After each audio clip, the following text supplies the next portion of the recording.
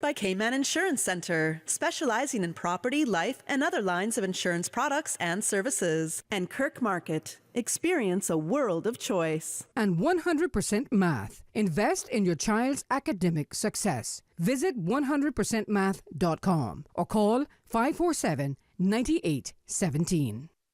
And now, Radio Cayman presents The Business Buzz, an insightful and fresh take on a variety of issues that impact the local business environment. This is where we address the business topics that matter. Radio Cayman's Business Buzz. Here's your host, Kathy Miller. Good morning, Cayman, and welcome to the Business Buzz. I'm your host, Kathy Miller.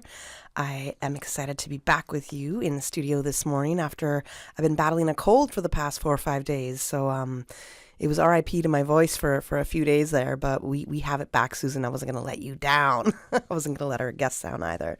I'm happy to say that in the studio with me this morning, I have a student, Catherine Corkish, with Tech K Youth.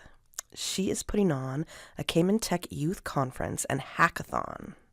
This is a free 2-day event designed to ignite curiosity and innovation in the fields of technology and digital solutions. This event provides an excellent opportunity for young minds to learn, collaborate, and compete in a supportive environment. So in studio with me this morning to talk about the Cayman Tech Youth Conference and Hackathon, I have Miss Catherine Corkish. Good morning, Catherine. How are you doing today? Good morning. I'm doing great. Oh, I'm going to have to ask you to move a little closer to the mic or move the mic a little closer to you. Yes, there you go. All right, so, and it's Kathy, right? So 2 Kathys in the studio. This is the first time in a long time I've had 2 Kathys in the studio. Also spells it with a K, so we're alike here in these senses. So I know that you have an event coming up, right? You have a Cayman Tech Conference for youth and hackathon. But before we go into the details of the event, I'd like to know a little bit about you. Who is Catherine Corkish? Your interest in tech? How did everything start out? How did everything start out? That'd be a while ago. I'd say my first interest would be in the first Lego Leagues back in school. Did you say Lego Leagues? Yeah. What are the Lego Leagues? It's like robotics, but you build them with Legos and then you code them. Oh. So you've known the DART program, like in the older years, where you have to like full on build the robots, and you'll have them with remote controls. Basically, the first Lego League, you program them already, and they just deploy. It's kind of an international event, so you have to go off seas to compete in them. So that's where I first went, and I think it was going off seas is what actually sparked my interest. Because you do like some robotics things in school a bit, but it doesn't like, you don't have the full opportunity to be able to like see the event and everything when it comes together, that's when it really inspires you, I'd say. So from there, sorry. No, that's because I'm sitting here like, there's like robotic Legos. Mm-hmm. So I'm an 80s baby. And there was no robotics. There was nothing that was with our Legos in those days, which wasn't that long ago. I'd like to say just the little Lego blocks. And I love Legos, so it's kind of cool to see how it's innovated in that sense. So that's how your interest in robotics in that sense kind of first started. Yeah. Okay. And then I chose to go into computer science in school because it was offered, just because I knew that I was interested, but I didn't actually know where I'd want to be going, or even if I was wanting to do a career in tech. And then after that, I realized my coding was really bad. So I went to Code Cayman just to do an introductory course. And there I actually met my future mentor, Deval Gregory. And he actually put me through to the Bahamas to learn a blockchain course. It was a 6-month developer course where I was able to learn blockchain. And that kind of sparked my interest in and got me to know about blockchain because I had never heard of it before, actually. I was just thrown into a course, basically, which was really lucky. And that's where I met Rhonda, who is also the co-founder of Tech Youth. And she does the event in the Bahamas for the last 6 years. She's the founder of Harness All Possibilities in the U.S. And that's kind of where it's brought me to here now. All right. Okay, so let's back up a little bit. So it was computer science. Mm-hmm. That was the course, and as an elective, I understand, to take computer science in high school. Mm-hmm. So you said there around that time, okay, let me go into computer science. Then you said the words or the phrase, you realized your coding skills needed to improve, basically. Yeah. And I'm sitting here like, mine are non-existent. I think a lot of our coding skills out there are non-existent. So is this just a part of what you're learning in computer science coding? Yeah, for the school I was in, we were learning Python. Some of the schools are different. Or, for example, if you just want to be like a software developer, you need to know coding, obviously. And I just knew that I wanted to be doing a degree in tech at that point. I wasn't sure where in tech, but I knew coding is fundamental. Even just like knowing the basics honestly helps. You don't need to be a coder in the tech industry, but it does really help. Right. And I want to be one. So. Okay, so you were like, all right, I need to develop the coding skills. And then take me back again. You said somebody had... Went to Code Cayman. Okay. How did you hear about Code Cayman at that point? Was it educator at school or... No, my mom actually found it online, I think on Facebook. Wonderful, okay. So that was... And that's still somewhat of a new program as well, Code Cayman. Yeah. It's been around for, I don't know how many years. Nobody wants to quote me on that one. But... it's still a relatively newer program in Cayman. So you decided to go to Code Cayman, and which is offered by Cayman Enterprise City. I believe it is. It's an initiative from Cayman Enterprise City. So you went from Coding Cayman. What did you learn there? What was different with Code Cayman as opposed to what you were doing in coding for computer science course in school? I'd actually say the most difference was I'd learned how to use a terminal for the first time. I'd never had to use one, and it definitely gave me a good introductory because you use it all throughout the blockchain developer course. I had to use it. In university, we have to use it a lot, so I was actually really thankful for that because that you were not taught in the schools. Okay, so you knew at that point this is a career that I kind of want to study, I want to go into. What about your friends and your peer group? So I'm assuming that your friends know a little bit of, okay, all right, Kathy's also taking some coding courses. This is what she's interested in. Is tech or careers related to tech, like, STEM careers, is that something that's a growing interest that you would say amongst your age group, your peer group? That's a tough question because my friend group's actually really, really mixed. We've got quite a few in STEM, but not really in technology. A lot in maths, but you need coding in maths these days. A lot of business, a lot in the financial industry, especially because that is pushed quite hard here in Cayman, but not too much in tech, to be honest. Do you think it's, okay, so you said a really key thing right there. So finance subjects are pushed to you in school. Yeah. Would you say that tech-related jobs or tech industry is not pushed, not as exposed to you? I wouldn't say it's exposed as much in the school system, but more out through extracurriculars. So some kids might just not do that or just even think to do them or not even know they exist. For example, I didn't even know 345 robotics existed until recently. It's a good camp for kids to just learn robotics outside of school. And Code Cayman I just heard about from my mom. Otherwise, I had never heard of it. Okay. Now, it's important for me to ask that question because I wanted to have an idea. One, do students your age or when you were in high school, which wasn't that long ago, right? It was just a few years ago. By a few, I mean like literally 3 years ago. So in that sense, when students are exposed to a certain industry or pushed to go in a certain direction, it's understandable, especially if that industry is a strong one in Cayman. And we know that financial services definitely is a strong industry in Cayman. It's our leading industry in Cayman, really. But I wanted to know, in the sense of understanding what our emerging industries are, which really fall on the tech side, I wanted to know if there was exposure from at least your memory, which is you were only in high school a few years ago, if that kind of stuff is being pushed towards your elementary and high school students. I would say the only ones really pushed are the robotics. Like, there are some really good programs, C-Perch, robotics, sponsored by DART, everything like that. But there aren't really in new tech industries like blockchain, AI. There's not really that many courses for youth. There are a few for adults, but it's not really pushed in the youth. For example, I know that blockchain might just have been introduced into the GCSE curriculum, but not in the A-levels. It's not really, a lot of people don't even know what they are. My friends, I've just been asking them. They don't know what blockchain is. They don't know what Web3 is.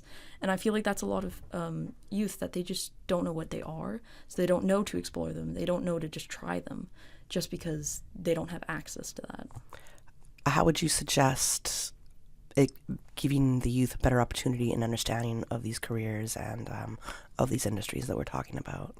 I would think just like letting them get aware, maybe through social media or having events like Tech K Youth, just so people can just know what the topics are, and if they're interested, just they can then go and see it further out, because the internet's huge. You're not just going to be researching like these specific topics just out of nowhere. Like you need to have been inspired by them or like see them from different places. That's very true.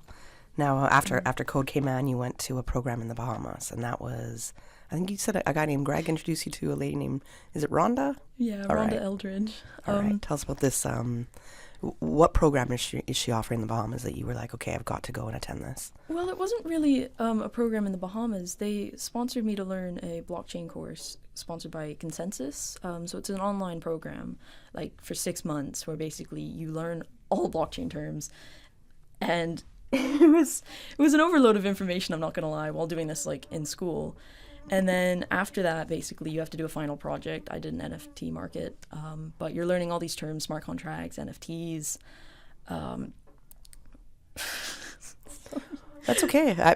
Listen, a lot of people don't, a lot of adults, a lot of our listeners might not know what blockchain is either, not know what NFTs are. I had my eye on the NFT market thinking this is just going to come and go, and I feel like it almost has come and gone. Yeah. But give us a bit of a breakdown. So for people who don't know what blockchain is, what is it? How are you drawn to it? For a lot of people, this is something that just goes over our heads, and it's not really right in front of us. We're not really dealing with it. But what drew you to blockchain? What is it exactly, and what drew you to it? For me, blockchain is pretty much just canceling out third parties. So basically, when you're making a transaction, you won't have to rely on someone. So say just a simple bank account, we wouldn't have to go through a bank, and it would be fully trusted, decentralized, everything. And basically, for example, even just apps, like the NFT market that I made, basically, you wouldn't have to be relying on the owner of the market to be able to process everything that you've like put on the market. It would just automatically do it. That's through smart contracts, written in Solidity, for example. The languages are changing recently, but Solidity is the main one. And sorry, what was the second part of the question? What drew you to blockchain? I think it's just I've been exploring areas in tech, and every single time I explore them, I do just come right back to blockchain for some reason. I don't know why. I can't really explain it because it's not something you would think that you would want to be doing, but I think it's just the future of it and the industries that are in it are just, there are a lot. You don't think there are, but I went on to be a DEF CON scholar, and I got to go to a really big conference in Colombia, and it was like 6 stories. The building was massive, and you just see all these different companies in this new space getting it together. They're all coming together to create a new technology, and it's just, you have to see it. On the point with the DEF CON scholar, anyone can apply to it. Just to get this out for youth, adults, everything. It is a really good opportunity just to get into the blockchain space, be able to see it. The scholarship will pay like flights, everything. I'm pretty sure the one this year is in Asia. So That's a pretty incredible opportunity. It's massive. Like, I am just saying this on the radio because I think anyone who has the opportunity should apply for it. How did you even hear about it? Through Rhonda. Okay. All right. Excellent. Through Rhonda. So it's been a lot of it. I almost want to say in a sense of mentorship. So people understanding what you like. So having that guidance to say, try this out. Let me connect you with this person. And then your relationship with Rhonda.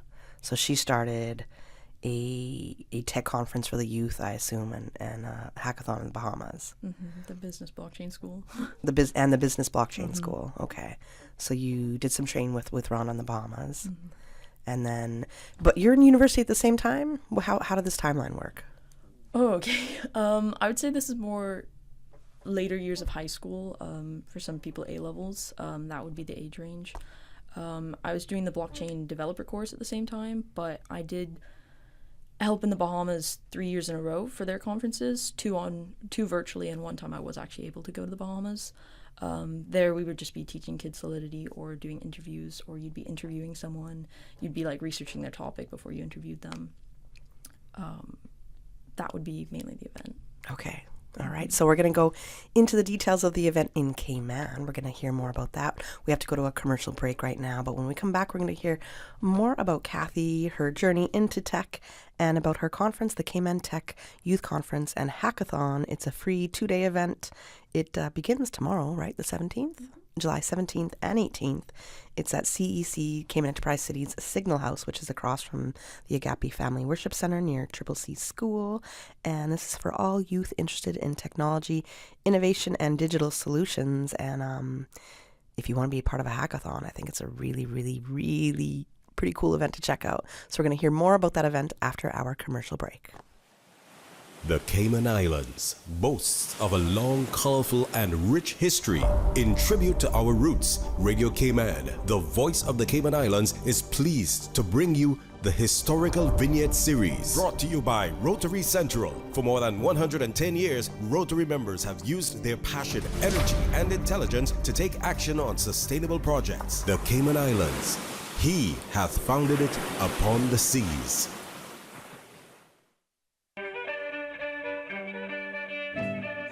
In 1875, the Jamaican government passed the Wrecking and Salvage Law, directed to protecting the interests of ship owners and insurers and giving adequate redress to persons injured by the wreck. The law passed as a direct result of the wreck of 1874 of the British Iphigenia over the Bordentown Reef, in which residents pillaged the wreck despite no significant damage to the ship. Following an inquiry by the HMS Eclipse 8 days later, local magistrate William B. Webster was castigated and deemed unfit for office after the inquiry determined that he had failed to assist the protection of property and desired to wreck the ship. Since 1993, Rotary Central has worked diligently each year to provide quality bus shelters to our community. A traveling convenience to our school children, the elderly, young people going to work, guest workers, and visitors using the public bus. We, Rotary Central, help you, our advertisers, make it happen. Your marketing dollar travels a far way. Positioning your message, your product, your services, your presence in over 83 bus shelters. Every dollar you spend, every advert you place helps to build another bus shelter, providing modest comfort for Cayman travelers. Reserve space now on the only billboard medium in the Cayman Islands. Email rotaryshelters@gmail.com. rotaryshelters@gmail.com. The Bus Shelters, a partner in community convenience. Another inspiration program by Rotary Central Cayman Islands. Radio Cayman's Historical Vignettes was brought to you by Rotary Central. For more than 110 years, Rotary members have used their passion, energy, and intelligence to take action on sustainable projects. When it comes to weekly meal prep, I trust Kirk Market to provide the best value for quality proteins. The butchers at Kirk Market are super helpful. They always slice my steaks perfectly. Kirk Market has everything I need for healthy and flavorful protein-packed meals. From lean cuts of CAB choice beef, tender CAB prime beef, the juiciest pork, and all-natural hormone-free poultry, to their seafood section with everything from fresh local snapper to omega-3 rich salmon. I choose Kirk Market for the highest quality proteins to support my healthy lifestyle. Kirk Market. Eat well, live well, and discover a world of choice. I'm Michael Webster. And I'm Denise Brown of Cayman Insurance Center. Family is not the most important thing, it's everything. We have worked with the community and their families on protecting themselves for the future. Whether it's providing top-rated life insurance or protecting your family's household investment. From our family to yours, we understand and we care. I'm Denise Brown. Call me at 814-7229. And I'm Michael Webster at 925-5433. We are Cayman Insurance Center, specializing in property, life, and other lines of insurance products and services at an affordable rate. We are Michael and Denise at Cayman Insurance Center. Call today. Tune in every Monday through Friday at 12 p.m. for Radio Cayman's Midday Newscast. Radio Cayman, the People's Station, your trusted official source for the latest news. The 12 p.m. news is proudly brought to you by Health City Cayman Islands, world-class healthcare within your reach. If you're a parent, you know that providing your child with a quality early childhood education can be expensive. However, the Ministry of Education offers financial assistance through its Early Childhood Assistance Program to help qualifying Caymanian families cover the costs at registered early childhood settings. Visit our online application portal at moeapplications.gov.ky to learn more and get started. This message is brought to you by the Ministry of Education. The Business Buzz with your host, Kathy Miller.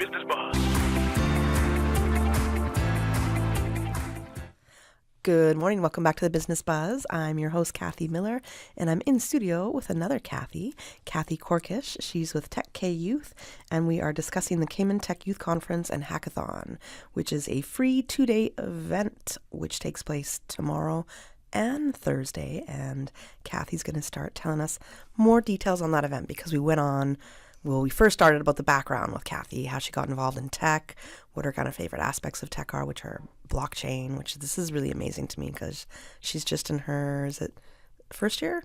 She just finished her first year of university. And Kathy, did you tell us where you went to university? I think you skipped that part out. No, I go to Newcastle University in England. And what are you studying there? Software engineering.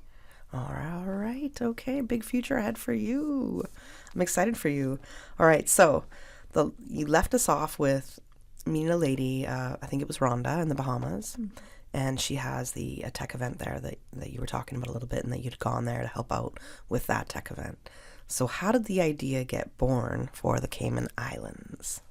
Well, I'd been helping out in the event, and Rhonda was just like, how much is tech being, pronounced in Cayman, for the youth? And I was like, it is for coding, it is for robotics, but other than that, not much. Blockchain isn't being pushed, AI, cybersecurity.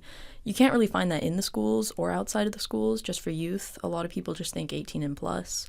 So we wanted to bring that here just to give people an opportunity just to learn about topics, or if something else can be developed after this, that would be amazing. I think it's such an important point that you make because, as we said earlier, there's emerging industries. And in Cayman, when we're looking at those emerging industries, there's so much on the tech side. So much at AI especially. There's so much on the AI side coming out, period, in life, how AI is just going to really integrate with our lives. So we kind of have to get on board with it or get left is basically what I'm saying to people. So it would be interesting to be able to influence the school curriculum. And I'm not green, as in to say that they're not thinking about this already. But I would hope that they are looking to change up the school's curriculum a little bit to now include more tech-focused studies, considering what our emerging industries are globally, but especially in Cayman too. So it's very good that you're sharing this info and that you're putting on this kind of event that can help bring more of that awareness and make people realize what's possible. Because look at you, look at what you're doing. I think it's pretty incredible. I think the stuff that you're studying and the event that you're putting on is a pretty big deal. All right, so Rana said, is there enough going on in Cayman? And you're like, maybe a little bit more can be done. Mm-hmm. So you said, let's get this done here. Now, is it just you alone? Who's part of this team of putting this conference on? No, we've got quite a few helpers. We've got actually a lot of community partners like the Alpha Academy, Code Cayman, 345 Robotics, Tech Cayman. They've all come together and they've kind of helping the event. We've got 2 of them doing workshops during the hackathon, just in case there are some people who really, really don't want to be doing a hackathon, because myself, I know that can be extremely just intimidating, the word hackathon. It's really not. The event is basically to try and get them introduced into a hackathon. No stress, everything. But I know just the word itself can be quite intimidating.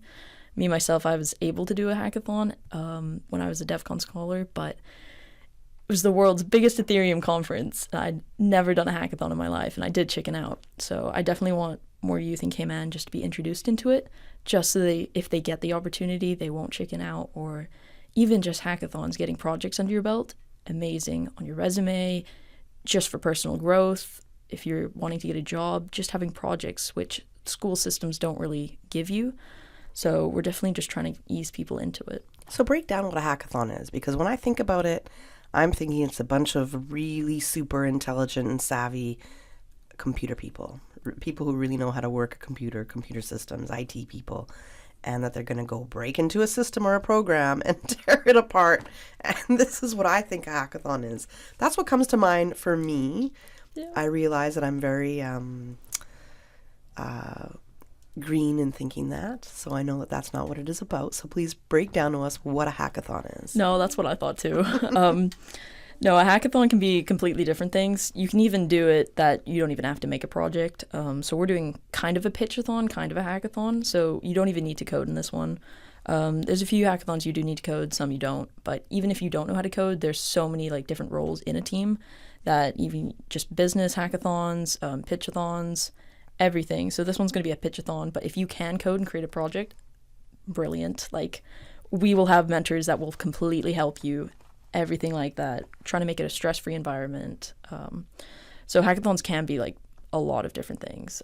Ones that are mostly known for are creating projects using code, creating a software or creating like an app, and then displaying them online. What's your hackathon going to be centered around? Ours is just going to be about like problems in Cayman, and we're going to try and get the youths to solve them and make a pitch. So for example, if they're creating an app, they could show the design of the app. If they can make the app, that would be amazing, but we are not expecting anyone to be able to code.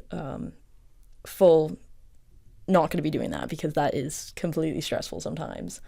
Basically just pitch an idea, how you can solve it, everything. We've got a list of topics and just try and get them going. Okay, so what are the rules of the hackathon? The time frame in that sense? Because I'm assuming you can't build an app really that fast. Maybe you can. No. Well, we're doing it for 3 hours. You get a 5-minute pitch. We are going to be quite harsh with the time. Okay. But yeah, you're basically we're going to give you problems and basically just work as a team to try and solve them.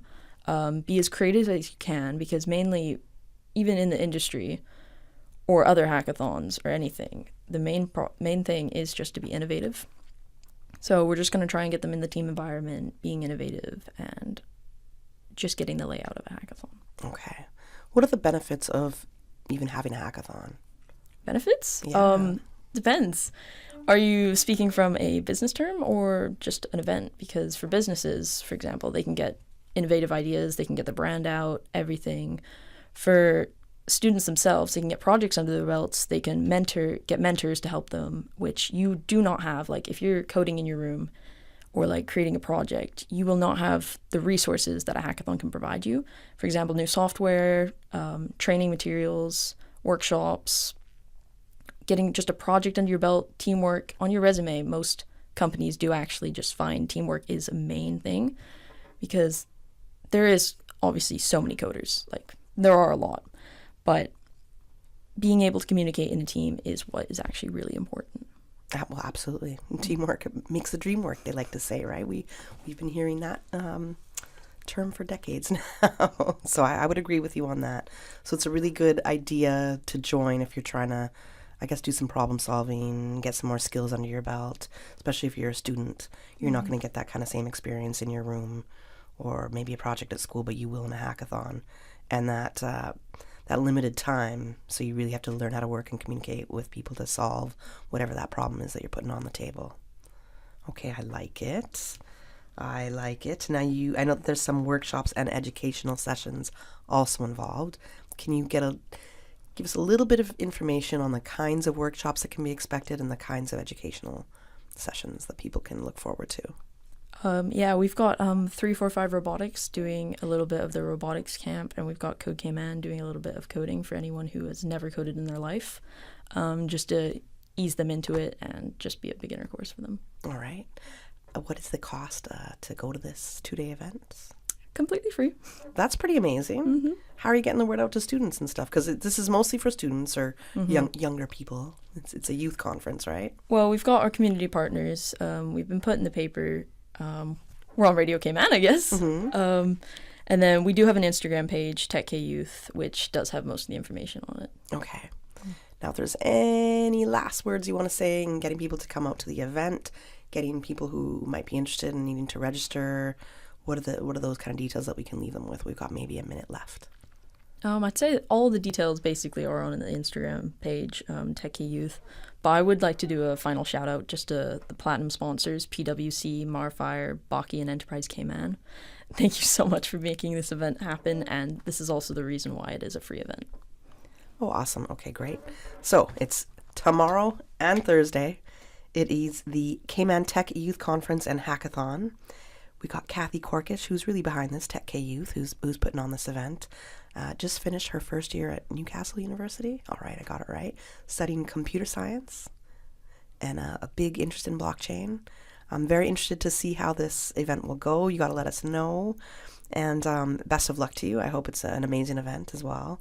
I think it's really, really cool that you're somebody that's so young that has such an interest in this, in tech, and is trying to also develop it in Cayman. I know Enterprise City has a lot of programs and a lot of effort they do to try to push tech in Cayman, and it's great that you've partnered up with them as well. So I think it's going to be a really nice union between you two, but as well for the youth in Cayman, something different for them to do. And in the summertime right now, I think it's perfect timing. So best of luck to you in the next 2 days. I hope it goes well, and let us know for sure. Thank you. No problem. Thanks for joining us. And if you're interested, you can check out, it's on Instagram. You can check out where all the information is, which is Tech K Youth on Instagram. All right, thanks for joining us this morning on the Business Buzz in the first segment, and we got to go to the 8 a.m. news. Thank you, Kathy. And studio time by Foster's is a minute after 8.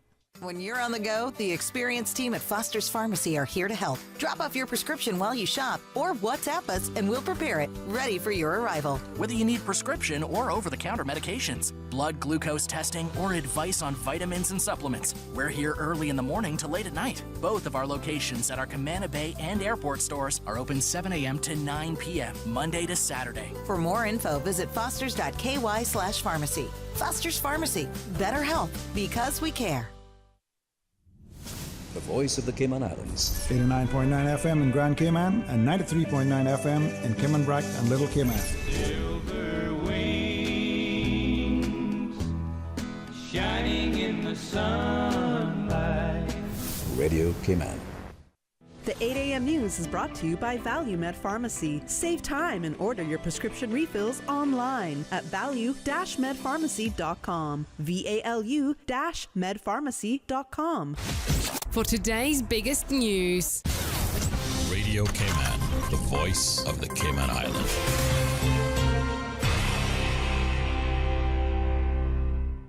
The Premier and a team of government officials are touring Hurricane Beryl hit countries in the region today. The Premier, the Honourable Juliana O'Connor Connolly, is leading the delegation on a mission to Grenada and St. Vincent in the Grenadines as Cayman delivers much-needed supplies, and officials meet up with their counterparts to determine any gaps in the supply chain. Hazard Management Director Danny Coleman tells Radio Cayman it's important to get a handle on what the countries actually need. Another issue that we have post-emergency in any country is that a lot of well-meaning donors send items, but they aren't being requested. That might be medication, that might be other things that might not be suitable for the country in question. So it's absolutely critical not to block those supply chains up so that the items that they actually really do need, such as tarpaulins in this case, and cots and food and water supplies, can actually get through to the people who need it most, as opposed to other items that, again, aren't needed at this time in the country in question. The Cayman delegation is expected to return this evening. The Central Planning Authority publishes its decisions from the June 29th meeting. The CPA refused planning permission for Legoland Real Estate's application for 162 apartments on Boilers Road in Georgetown, a project known as the Eldermeyer. In its reasoning, the board says the subject site is not a suitable location as the volume of traffic resulting from it will be, quote, significant. It says the project doesn't include enough amenities for residents, and there's a lack of existing commercial and other activities and developments in the area to support the number of residents that will occupy the building. The board adjourned the application for an after-the-fact land clearing and excavation off Queens Highway, awaiting a decision by the court regarding an enforcement notice that was issued after a site visit by the Department of Environment's conservation officers back in 2023. The team believed the, quote, after-the-fact and ongoing clearing and excavation represented an unauthorized quarry and not simply a land clearing exercise. Bahia West's application for 40 apartments on Captain Joan Osborne Road in West Bay was granted conditional approval, as were the Elizabethan Square redevelopment project and a bid to extend a quarry on Off the Beaten Path Road in Northside. The National Housing Development Trust application for a 2-lot subdivision on Hutland Road in Northside near Malportis Pond was also given the thumbs up, despite concerns raised by the DOE, who called the area a, quote, extremely important wildlife habitat, particularly for birds. You can find the full meeting summary online at planning.ky. In regional news, the Statistical Institute of Jamaica is reporting that the domestic economy grew by 1.4% during the January to March first quarter relative to the same period last year. According to Staten's quarterly gross domestic product report released this week, the outturn for the review period was spurred by 1.9% growth in the goods producing industry and a 1.3 percentage point expansion in the services industry. The document indicates that growth in the goods producing industry was primarily driven by increased output recorded for the mining and quarrying, up by 18.7%, and agriculture, forestry, and fishing, up by 7.4%. Now with a check of international news, here's the BBC, which takes us out of the newscast. I'm Kersley Fuller. BBC News with Emily Thomas. Queues have formed at military enlistment offices in Ukraine as the deadline approaches for men aged between 18 and 60 to update their personal data. Otherwise, they risk fines and possible prosecution. South Korea's spy agency says a former North Korean diplomat defected with his family last November. Real Jew had been responsible for political affairs at the North's embassy in Cuba. Euphoric Republicans have officially endorsed Donald Trump as their party's candidate for the White House at their convention in Wisconsin. Sporting a prominent bandage on his right ear, Donald Trump sat beside his designated Vice President, J.D. Vance. 4 people have been killed and several wounded in a shooting near a Shia mosque in Oman. People had been gathering for prayers to mark Ashura, one of the most important religious ceremonies for Shia Muslims. The Pakistani military says 8 soldiers and 10 attackers were killed in Monday's suicide bomb against a military post in the northwest. Countries across the Western Balkans are facing a severe heatwave with temperatures hitting 40 degrees Celsius. North Macedonia has declared a state of emergency as it struggles with forest fires. Serbia, Kosovo and Croatia are also baking, with the Adriatic Sea off Dubrovnik so hot it's attracting the venomous lionfish. BBC News. The 8 a.m. news is brought to you by ValueMed Pharmacy. Save time and order your prescription refills online at value-medpharmacy.com. VALU-medpharmacy.com. Now, more than ever, supporting your immune system is crucial to helping your body fight off illnesses like the common cold, the flu, and COVID-19. At ValueMed Pharmacy on Walkers Road and in Boddentown, we carry all the essential vitamins and minerals to help support your immune system and improve your overall health. Some of our top immunity support picks are vitamin C, vitamin D, zinc, elderberry, and quercetin are the popular 7-in-1 immunity support. Our pharmacists are always on hand to help guide you and answer any questions. Visit ValueMed Pharmacy on Walkers Road or Boddentown. Live happy, live healthy with ValueMed Pharmacy. Stay in touch with Radio Cayman with the latest up-to-date, accurate news and information. For your convenience, the headline news will be repeated on our sister station, Breeze 105.3 FM, weekdays at 8:30 a.m. Follow Radio Cayman on social media, Facebook, Instagram, Twitter, or download the Radio Cayman app in the App Store or log on to www.radiocayman.gov.ky and stay connected to what's happening in the community. Radio Cayman, your voice, your choice, your radio. Since 1993, Rotary Central has worked diligently each year to provide quality bus shelters to our community. A traveling convenience to our school children, the elderly, young people going to work, guest workers, and visitors using the public bus. We, Rotary Central, help you, our advertisers, make it happen. Your marketing dollar travels a far way, positioning your message, your product, your services, your presence in over 83 bus shelters. Every dollar you spend, every advert you place helps to build another bus shelter, providing modest comfort for Cayman travelers. Reserve space now on the only billboard medium in the Cayman Islands. Email rotaryshelters@gmail.com. rotaryshelters@gmail.com. The Bus Shelters, a partner in community convenience. Another inspiration program by Rotary Central Cayman Islands. In accordance with the Standards in Public Life Act, persons in public life must submit their 2024 declarations to the Register of Interest by 30th of July. Persons in public life include members of Parliament, senior public servants, members of governing bodies of statutory authorities and government companies, and members of commissions. Failure to submit a required declaration is an offence under the Act and can result in penalties. For more information or to file your 2024 declarations to the Register of Interest, visit www.standardsinpubliclifecommission.ky by 30th of July. The 8 a.m. weather update brought to you by CG Britcay, where people come first.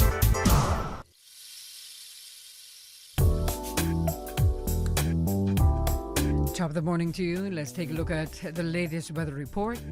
Current temperature is 86 degrees. Relative humidity is 79%.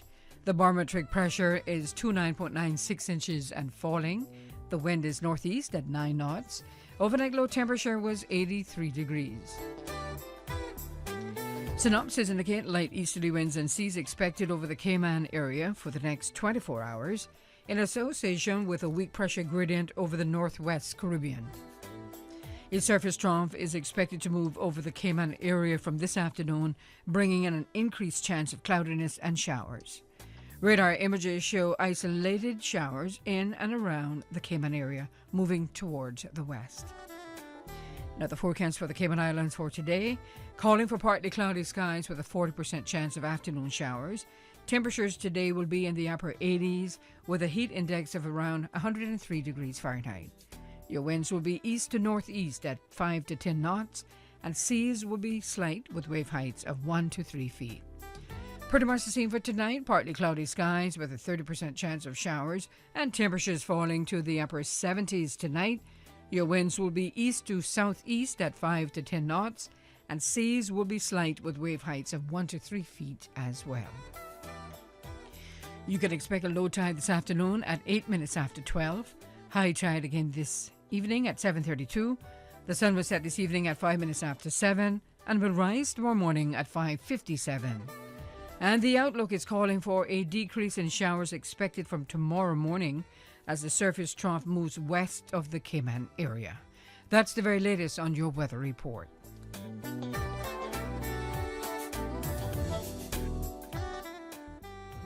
Edge of a breakthrough. I knew the substance was extraterrestrial, but I didn't realize. Aunt Angie, what does this have to do with managing my insurance? Well, long story long, the entire lab exploded, and the radioactive sludge went everywhere. I ended up in the hospital for a few weeks, but I was able to manage everything with the CG Online portal. The online portal. Safe, convenient, simple. CG Britcay. Good like that. The 8 a.m. weather update brought to you by CG Britcay, where people come first. As part of a man's natural circadian rhythm, testosterone levels rise during sleep. Studies have shown that sleep deprivation can cause a significant decrease in testosterone production. If that was not bad enough, it can also affect brain function, memory, and mood. Many factors can cause poor sleep, including conditions like sleep apnea. Making responsible nighttime decisions, including removing screen time, late night eating, minimizing alcohol, and speaking with a physician can improve your sleep schedule. Sports. Stay up to date on your sports news with Radio Cayman Monday through Friday at 7 a.m., 6 p.m., and 10 p.m. It's all about sports. Your sports news is brought to you by Savannah Pharmacy in Countryside Village. What's up your prescription refills at 929-5045. The traffic report is brought to you by Subway. Enjoy a delicious start to your day with breakfast from Subway. Good morning. Let's take a look at traffic. Coming from the east, steady but flowing traffic on the Linford Pearson Highway and also on Shamrock Road. Coming off of Bobby Thompson Way, steady traffic, as well as Huldah Avenue, and traffic flowing moderately on Godfrey Nixon Way and Easton Avenue. As we look to the Owen Roberts Drive area, traffic is moving on pretty good towards the airport.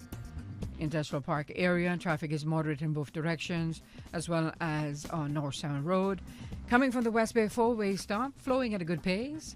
And on the West Bay Road in front of the Ritz, traffic is steady but flowing in both directions.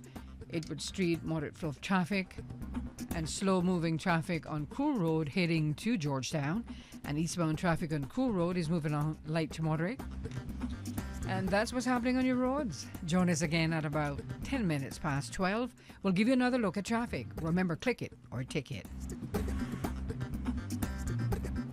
Summer's heating up, and so are the good times. Whether you are out on the water, enjoying the beach, or gathering with colleagues for an office bash, make it a feast to remember with Subway.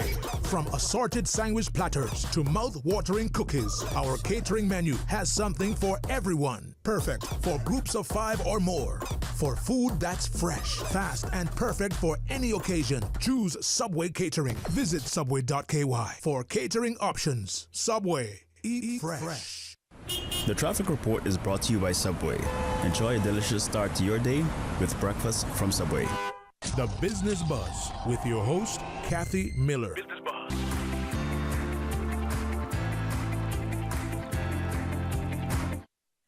Good morning. Welcome back to the Business Buzz. I'm your host, Kathy Miller.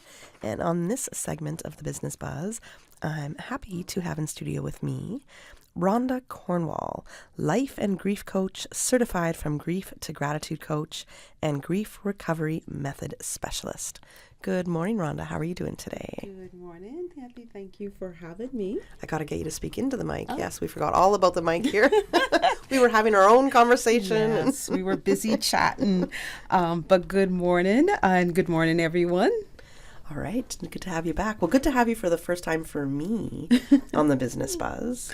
Yes, thanks. I'm always really pleased to be here. It's always a great opportunity.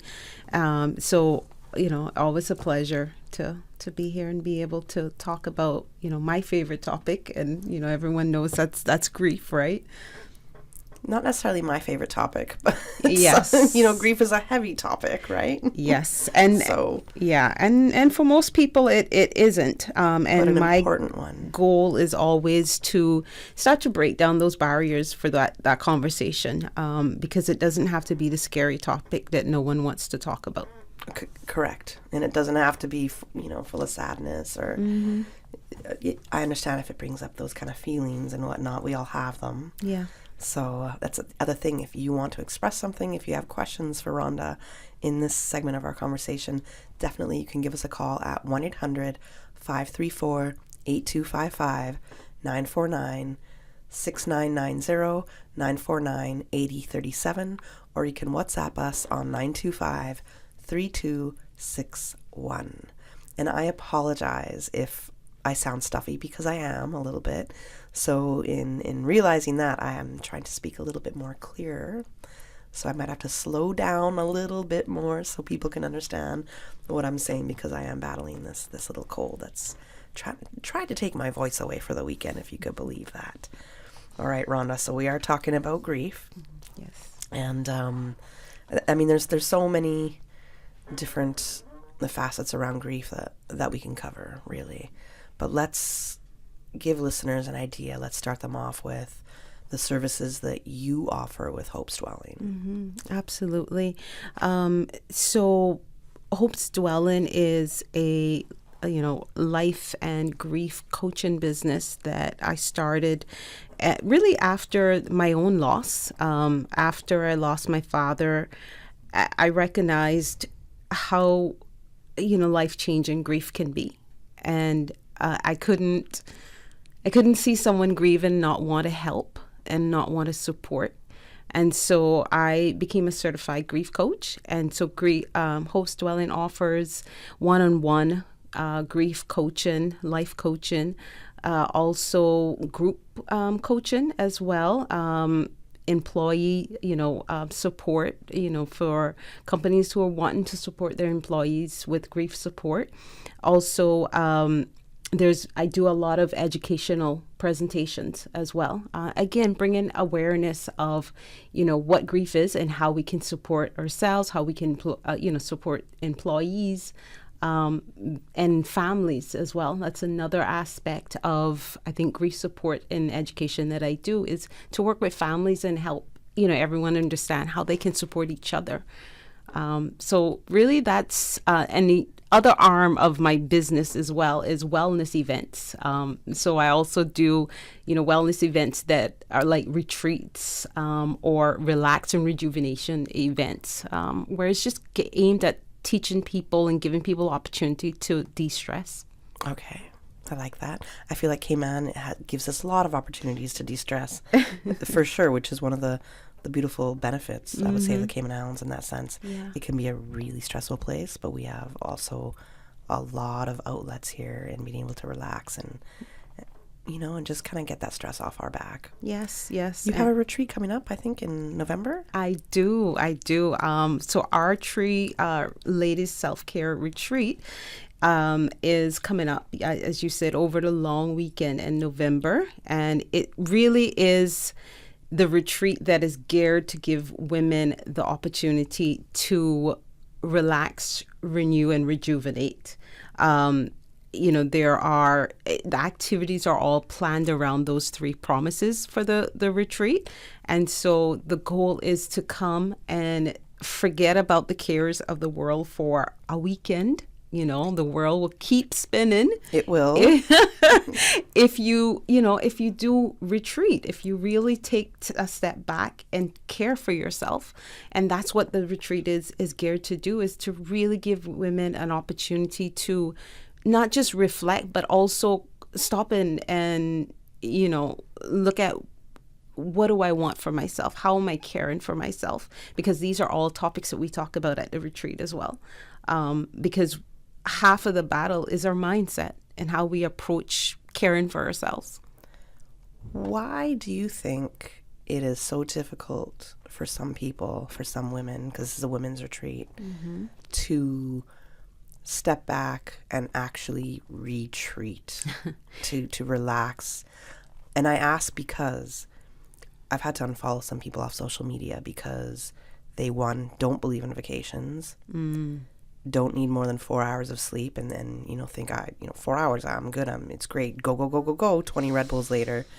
They never want to stop, and they're like, well, this is just me. I've always been like this in my personality. I don't, want to go on a 2-week vacation and sit around on a beach. 1 day is enough for me, and then I'm back.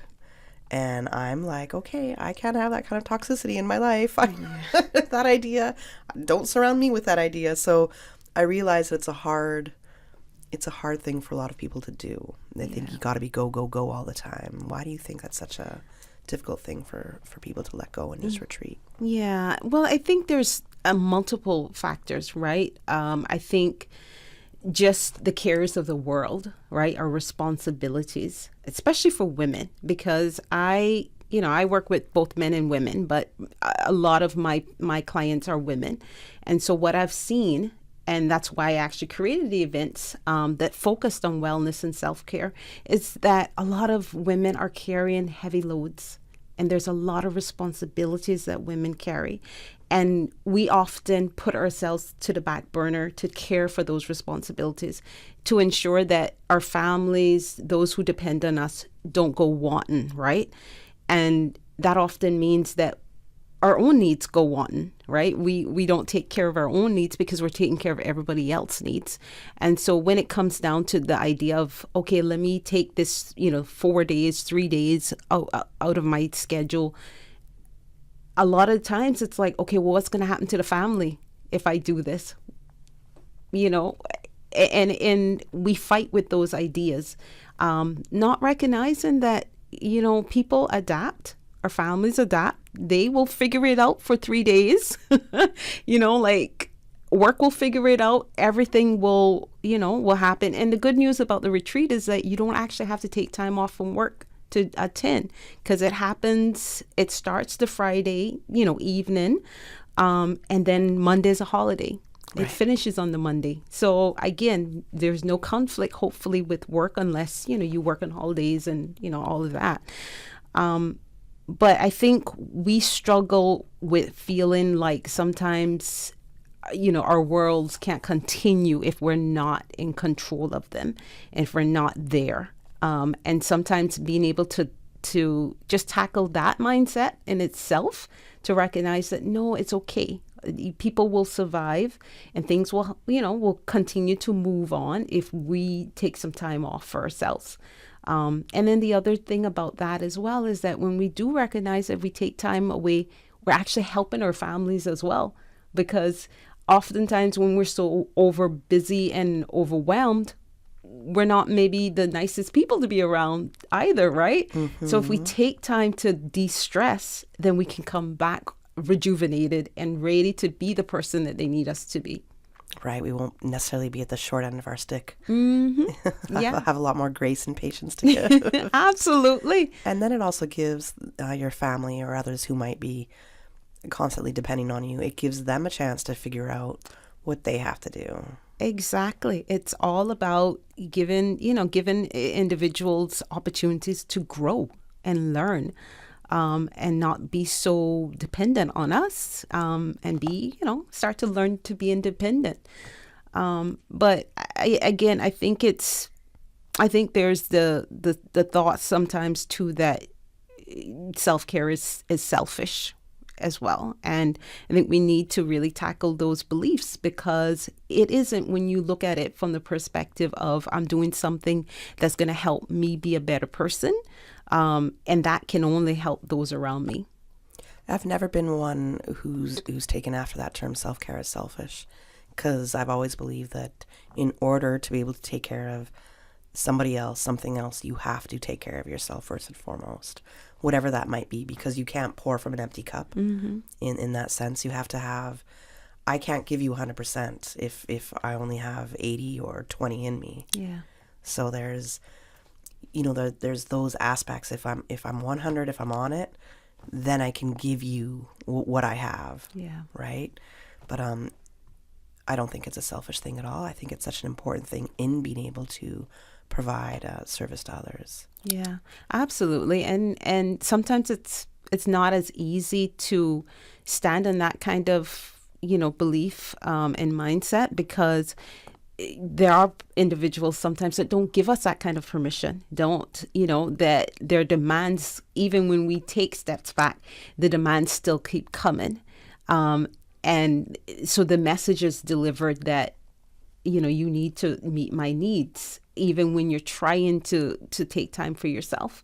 And so I think this is where, we really do need to firmly set those boundaries to say, okay, you know what, I really need to do this for me. And so, no, I'm not, taking requests during these times, because, this is what I need as well. Do you think that's taught to us, like individually in a household from young, that we could be taught these kind of things, that self-care is selfish? Or do you think it's a cultural thing, or a combination, or is there external factors that might be influencing us? Yeah. What do you think gets us to that kind of frame of thinking? Well, I don't know if it's spoken sort of beliefs or values that are transferred, right? I think if you think about it, especially if you come from and again, Cayman has a long history of us, our women being, hardworking and taking responsibilities and, shouldering a lot. I mean, think about when our men were away to sea. The women were the ones who, ran things and managed the household and the businesses and everything else, right? And so if you're thinking about what messages are being communicated then, right? It's not spoken. No one, you're usually, your family isn't saying, okay, self-care or taking care of your own needs is selfish. But we're watching, especially children, as you're growing up, you're watching, you're seeing what's being done, and you're seeing, okay, well, mom doesn't really take breaks. She's always working. She's always doing something. And so the message that we receive is, well, we just got to keep working, no matter what's happening. You don't have time for, taking breaks or taking vacations or, self-care. And so sometimes we can deliver those messages without them actually being voiced. And I think that's why it's important for parents to be, to consider, okay, what what am I really communicating to my children and those around me by the actions that I take? And because, there's so many factors that can come into that. But I think also, and I think society, kind of demands to some extent too, that yes, you take care of your own, you take care of the needs and stuff like that. And if something seems to not be, like being met, then it's like, okay, well, maybe you are being selfish. But again, that has to be, why are you doing the things that you're doing as well, right? Like you have to stop and think, okay, well, even if this need isn't perceived to be being met, is it that I'm trying to teach somebody responsibility, right? Right. And, maybe someone is too dependent on the individual, and maybe you need to step back to care for your own self so that this individual as well can start to learn how to care for themselves. So there's a lot of factors that can go into, the perception and why people, maybe think that, self-care is selfish. But I think ultimately it's about us being able to set proper boundaries for ourselves. What do I need and how do I care for myself? And I want to say, 30, 40 years ago, maybe there wasn't enough information out there that showed how neglectful we were being to ourselves and our lives, and the kind of domino effect of that. Yeah. And now we have a lot more information. We have a lot more examples. Studies being done that show this is what happens when you don't pay attention to these certain areas of your life. So, I can hear arguments on one hand being like, this is how it's done. This is how we've always done it. Yeah. And look at me, and I've turned out great. And you're like, oh, that's a little subjective. But just because something's always been done a way doesn't mean that new information hasn't come out that can show you another way of approaching something. Yeah. And I think part of it too is survival too, right? Like sometimes you have to take certain positions just for sheer survival. Like, I don't have the luxury to do that, or at least I feel like I don't have the luxury to do that. So I think we have to take all that into context. What was it like for them? What is it like for, average person? And I think this is where we have to look at, how do we define self-care? Because if we think about it from the perspective of, okay, self-care has to be, massages, and you're going for massages weekly or whatever have you. $200 facials. Yeah, exactly. A weekend away in Miami in a penthouse. Exactly. And self-care can be as simple as practicing deep breathing and taking a breath when you feel overwhelmed, right? Like a walk on the beach. Exactly. Those are all self-care practices. It's all about what helps you to relieve stress, what helps you to be at your best, and it's being mindful of those things and incorporating those things in our daily lives. So I think we have to figure out for ourselves, what does self-care look like for me, and define it as not a luxury that we feel like, okay, well, I can't afford that. No, we have to because that's stressful, big time. And Ron, I really want to point that out, because a lot of people have said, try this, or this is part of my, self-care routine. And when they've mentioned these things, and I'm like, that's about $1,000 a month. Yeah. And I'm like, I'm glad that you can afford to do that, but I would be so stressed out if I felt like, okay, I have to do all these things that cost a lot of money in order to take care of myself. Yeah.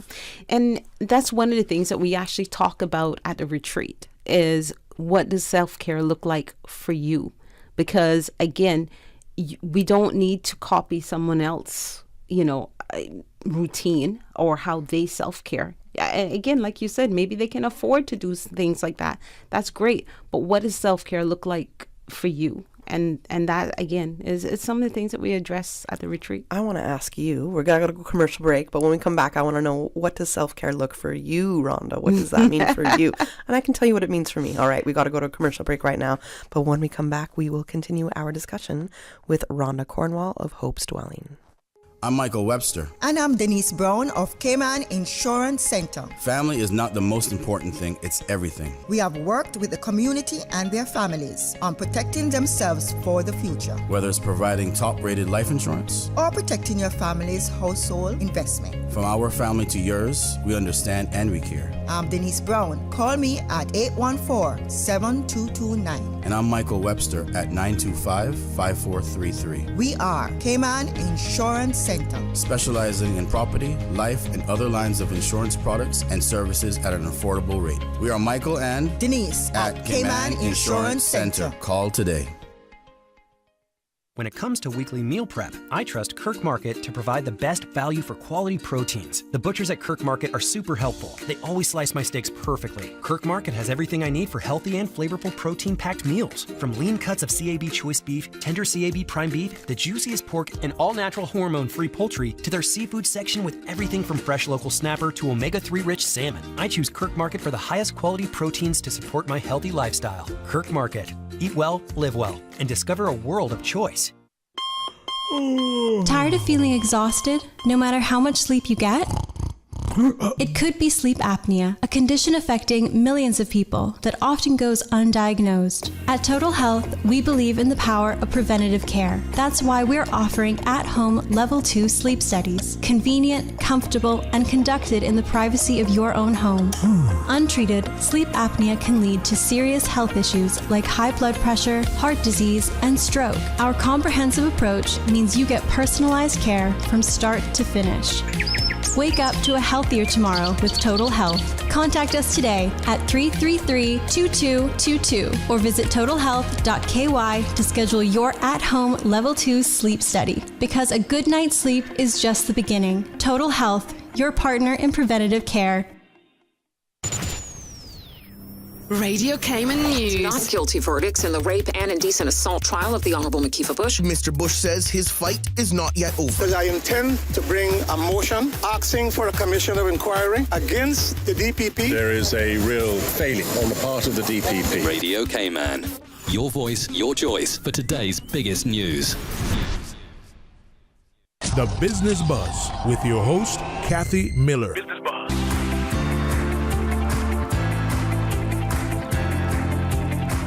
Good morning. Welcome back to the Business Buzz. I'm your host, Kathy Miller. I have a bit of a cold, so just bear with me. I know I'm a little stuffy on the mic. I'm trying to speak as clearly as I can and keeping that in mind. I have with me in studio Rhonda Cornwall from Hope's Dwelling. Right now we're talking about self-care. It is not selfish. And we're going to be getting into the subject of grief. But on the self-care tip, as we had opened the show with, or this segment of the show with, I'd asked right before the break, because we're talking about self-care and how that can look differently for everybody. And it can be really overwhelming as a woman. You might hear your friends say, I go for a massage and then I go for a facial and then I might get a body wrap and do this, that, and the other. And it's quite expensive ways of self-care, of looking after yourself. Nothing wrong with that, especially if that's in your budget and you can absolutely do that. Some people don't even enjoy those things that much. Some people find it better if they're just outside, a walk in nature or meditation, exercise. Self-care can mean many, many different things. So I did ask Rhonda right before the break, what does self-care mean to you? What is self-care for you when you're looking at it?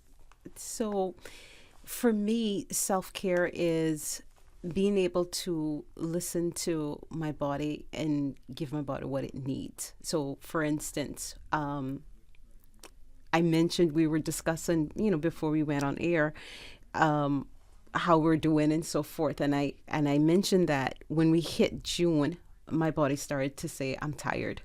And I started to take steps back, meaning I wasn't working during the day and coming home and working at night as well. I started to step back a little bit from the night work. And thankfully, I mentioned that football was happening. And so I engaged in watching football every night.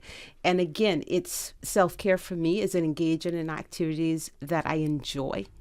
And so if I'm always so busy with work, I don't get opportunities to enjoy some of the things that, I like.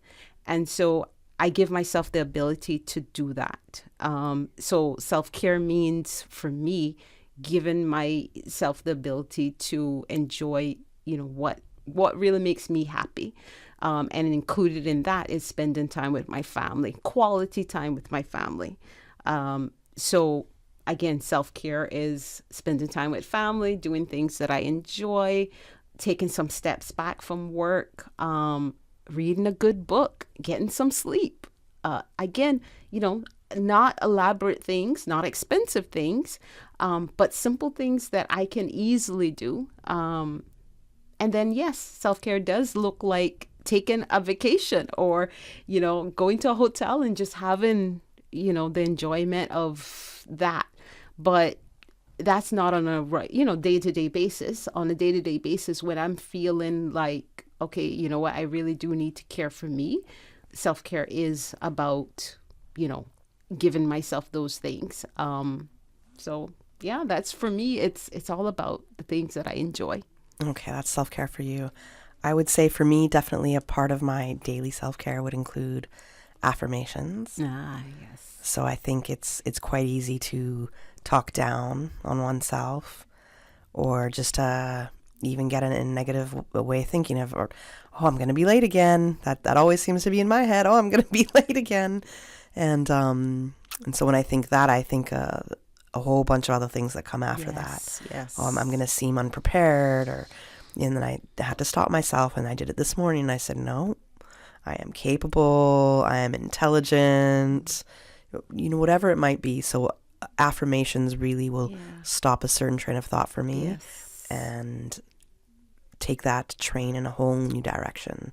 So pretty much on a daily basis, I will do affirmations, and I think it's such a helpful tool at any point. It is. It is very much so. And again, it's about being able to shift our mind, our mindset as well, right? And be more on the positive side of life as opposed to, living in the negative. Right. Mm-hmm. All right. So thanks for sharing that with us right there, Ron. I know you. a little bit more about how you take care of yourself now. All right. Now, the big component of Hope's Dwelling is dealing with grief. Correct. Now, a lot of us might not understand. We all have a surface understanding of what grief is, basically. But a lot of us might not understand how grief may touch and affect us in other aspects of our life, or how long it could really stay with us. So if you could go a little bit into that, a little bit more of an understanding of what grief is, a little deeper kind of explanation of what grief is, and how it can really almost paralyze us in our daily activities, and how we can start to make steps towards moving freely again without grief holding us down too much. Yeah. Well, to define what grief is, grief is that emotional response oftentimes that we have after a loss. It's that acute pain that we feel when we've had a loss in our life. And I think it's important to define too that grief is not just related to a death loss, because oftentimes we only associate grief being as a result of losing someone that we love. But we can grieve things that are significant to us as well. So for instance, if we lose a job, if, there's a broken relationship, friendship, losing access to something that's important to us can bring about a grief response. It's important for us to understand that because sometimes we see people grieving and we don't understand why they're having this emotional response or why they're behaving in a certain way, because we haven't associated it with a grief or a loss. And so it's important that we understand that grief comes as a result of any significant loss that we've gone through. So I want to make it relatable to us in terms of so we've just went through a hurricane, right? And thankfully, Cayman wasn't devastated by that hurricane. Thank the Lord for that. But we have neighbors that received, some devastation as well. And that's a loss. That's a sudden loss. And that can bring about a grief response because, for instance, for the person who've lost their house, if we stop and think about that, if we see those individuals grieving, maybe we're seeing tears, maybe we're seeing, them in a depressive state, we start to understand that that's a grief response. So again, it's important for us to make those connections, that it's not just about death, but it's all types of losses that can bring about, that intense grief response that happens. Now, again, grief affects the whole of us. It can affect the whole of us. So we're talking about physical, emotional, mental, everything. Grief can, you've heard people talk about, okay, well, after I lost my loved one, or after, I went through this certain loss, it was hard for me to concentrate. It was hard for me to, focus, and all of that's a part of what happens when we're grieving. And so we start to give ourselves some, I think, grace during that period of time. And you ask the question, how long does grief, last? Like, again, it's very individual. And there's not a set time frame for how long we're going to grieve. And it's important to know, too, that our grief changes over time. If you don't admit that you're grieving or you have grief, could grief continue just to stay with you? Absolutely. And what can happen as well is it can turn into complicated, or what I think is now called prolonged grief disorder, right? Where it then, because again, grief on its own is a natural and, normal reaction to a loss, but it can turn into a disorder or something that really needs mental health support if it is not dealt with, or if, again, it starts to impede your day-to-day functioning. And sometimes when we ignore our grief or we deny our grief, it can get to those stages as well. So it's really important for us to acknowledge our grief, to acknowledge that we do feel the way that we feel. And this is affecting my life. Because if we don't, it's not going to go anywhere. And in fact, it probably will get how we feel about it, will probably get worse. Right. I want to go into a little bit on grief in the workplace, because this is a Business Buzz show. So I want to get into more the workplace and dealing with kind of different scenarios when it comes to grief. We got to go to our next commercial break right now. But when we come back, we will continue our discussion on grief with Rhonda Cornwall from Hope's Dwelling. When it comes to weekly meal prep, I trust Kirk Market to provide the best value for quality proteins. The butchers at Kirk Market are super helpful. They always slice my steaks perfectly. Kirk Market has everything I need for healthy and flavorful protein-packed meals. From lean cuts of CAB choice beef, tender CAB prime beef, the juiciest pork, and all-natural hormone-free poultry, to their seafood section with everything from fresh local snapper to omega-3 rich salmon. I choose Kirk Market for the highest quality proteins to support my healthy lifestyle. Kirk Market. Eat well, live well, and discover a world of choice. Healthcare Pharmacy, caring about your health for the past 25 years. Radio Cayman's premier health show. Alzheimer's and dementia, are they the same disorder? Yeah, I think that's a very important question. For the Health of It with Tara Bush. For the Health of It with Tara Bush. Is heard on Saturdays at 9:30 a.m. and on Wednesdays at 7 p.m. Brought to you by Healthcare Pharmacy in Grand Harbor, where they care about your health. Transfer and refill your prescription online. Visit healthcarepharmacy.ky or call 947-8900. Healthcare Pharmacy, now with a second location in Governor's Square. Healthcare Pharmacy, where they care about your health. The Ministry of Education and the Passport and Corporate Services Office remind all students traveling to and from school overseas to ensure their passports are valid for both travel and entry into their destination country. Passports should be renewed at least 10 weeks before departure, and any necessary student visas must be obtained. For For passport services, contact the Passport and Corporate Services Office at 649-7678. For Ministry of Education scholarship inquiries, contact scholarships@gov.ky. This message is brought to you by the Ministry of Education and the Passport and Corporate Services Office. The Business Buzz with your host, Kathy Miller.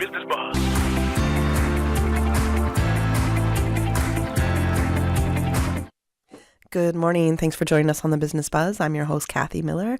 And in studio with me this morning, I have Rhonda Cornwall from Hope's Dwelling. We are on the subject of grief. Bit of a heavy subject in the morning, but an important one for sure. I know I said it's not my favorite thing to talk about, but it is really important to talk about and to remove any stigma that comes along with grief. Because if you haven't experienced it yet, there is going to be a point in your life where you do experience grief. So the more understanding we have, the more knowledge we have, the better support we can have for ourselves and offer to others as well, right? Absolutely. So I want to focus a little bit on grief and the workplace as well. There's going to be a point where you're going to know that your colleague has lost somebody, whether a parent or a sibling, a partner, a pet. And it's understanding how to, I guess, as a colleague in the workplace, what are the things that the colleague should consider when it comes to that person in their workplace that might have lost somebody, how they can kind of help best support that person, and the things that they might also be experiencing in learning how to deal with somebody else's grief in a sense. Yeah, absolutely. And I think it's important for us to have those discussions because, like you said, at some point, we're all going to experience some type of grief and have some type of loss. And we spend a lot of our time at work, and our work family then becomes so much, part of our lives. And so it's important for us to understand, how do we interact with those who are bereaved and who are grieving. And one of the things that, I always say is we have to start off by, one, being sensitive to the fact that something has changed in this individual's life now, especially if they've lost a loved one. Being cognizant that this individual's world has changed. And so sometimes we still relate to people in a way that doesn't acknowledge that. And it can be as simple as just allowing that individual to grieve the way that they need to grieve, and not having the expectation that, this person is back to work now, so it's work as usual. It's not always the case. So a question with that. So, because that's an important thing there. Do you handle them with white gloves in that kind of sense?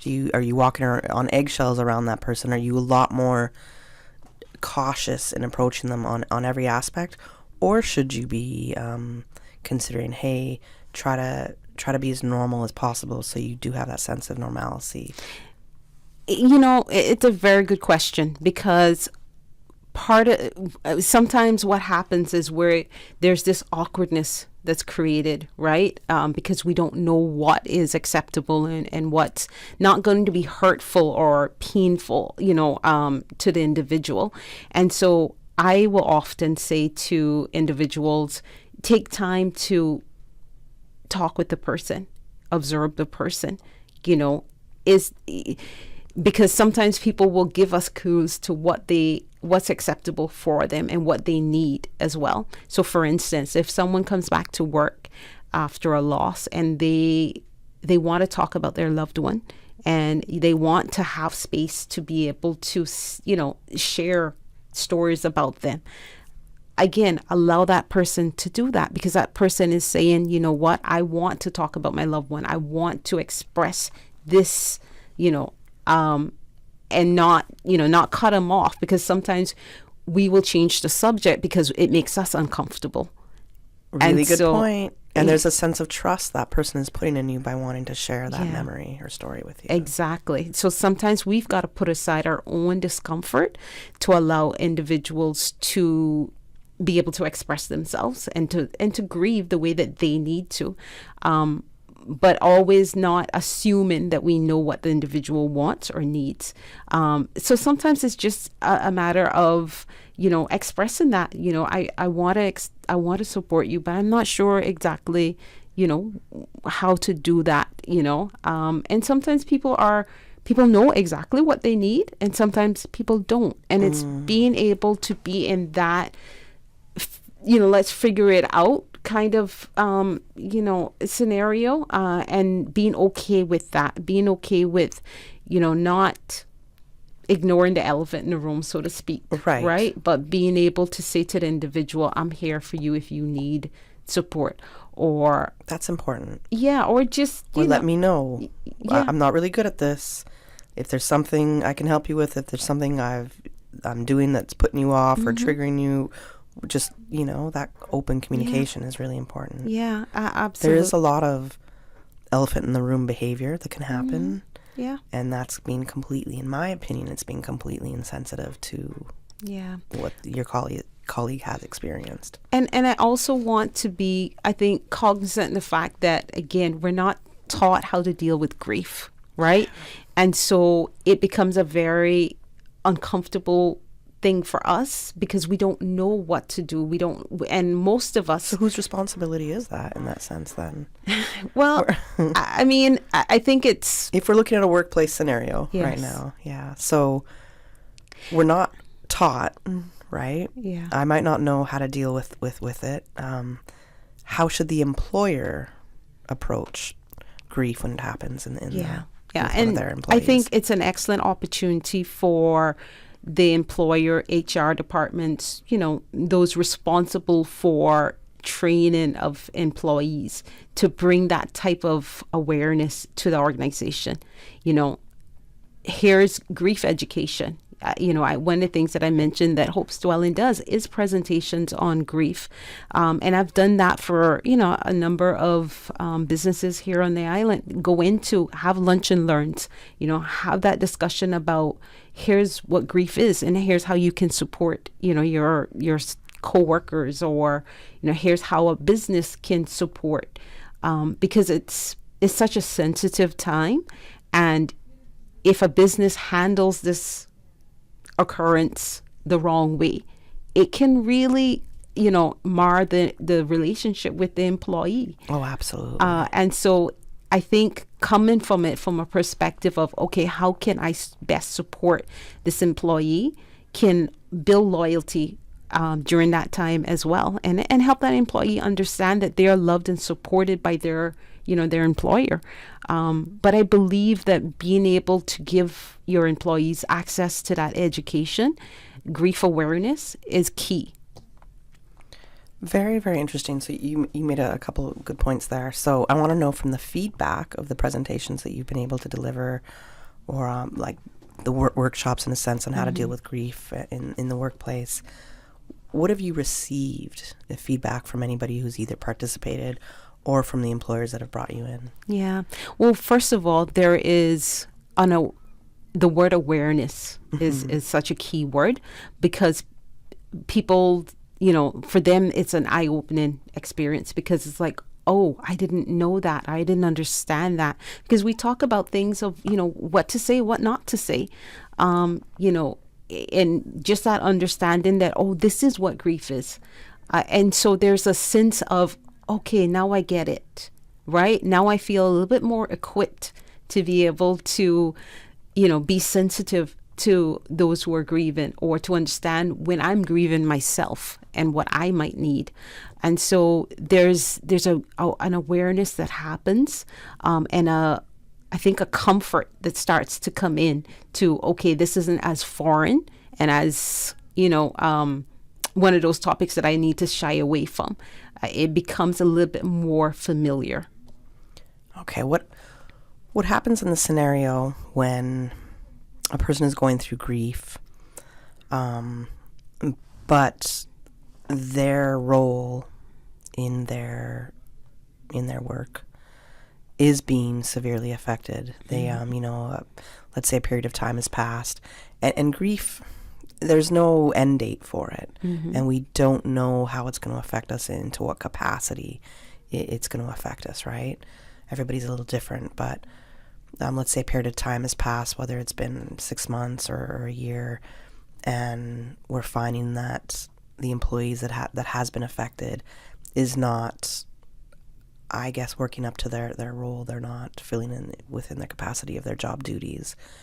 When and how does an employer balance that and approach that and say, okay, I know you've gone through this big occurrence in life, which has monumentally changed you. However, there is a loss that we're experiencing here with your productivity at work too. That's a really sensitive bridge to cross. And how should an employer look at approaching that? Yeah. Well, first of all, I think this is where it's important to, again, start to understand how grief affects individuals. And if employers are, have that awareness and have that, that knowledge, then they can start to make plans that, can address that as well. So for instance, if your employee has just had a major loss, then off the bat, it's offering, here are the services that are available to you. So maybe it is contacting, someone like myself and saying, okay, we want to make available grief coaching to help support this employee. Maybe they'll take it up, maybe they won't, but it's giving them resources so that you don't wait until, their performance is, starting to be affected, but you give them that support from the get-go so that they can, start to put, because one of the things that happens with me as a grief coach and working with clients as well is we start to look at what do you need to do to cope. We still have to function at work. We still have to go to work. If you don't get time off, and that's a whole different discussion, like the amount of time that you get off to grieve, right? But you still have to go to work. You still have to function. So how can we help you in that area? What can you do to support yourself? Those are all things that we work through as in the grief coaching sessions. And so if an employer understands going into it that my employee may be like grief affects their cognition, it affects everything. So they may need this support. So I'm going to make that available to them before it gets to a point where it's a problem. You can, again, help to, eliminate a lot of these issues down the road. But if it comes to that point where you do see performance issues, then again, reach out for support. Reach out to offer those services to your employees so that they know that it doesn't become my job now is at risk, right? But more so, we're here to support you. I love that you suggest that as a preventative measure off the bat. An employer should say, hey, these are the services available for you from right now, and we can help you from right now and all these kind of different aspects. I really like that. So we know it's a small community. Cayman is a small community, a tight-knit community, very much so. Yeah. And the more awareness, the more information we can put out there, the more support we can give each other, because we're all going to go through it. Yeah. So just to have it out there, I think, to make it known, to offer the services being there, such as Hope's Dwelling, that's the best that we can do, really the least that we can do as well. And again, it's about this idea that, we are a community and we are, being able to support each other helps us all to be at our best as well. Yeah, absolutely.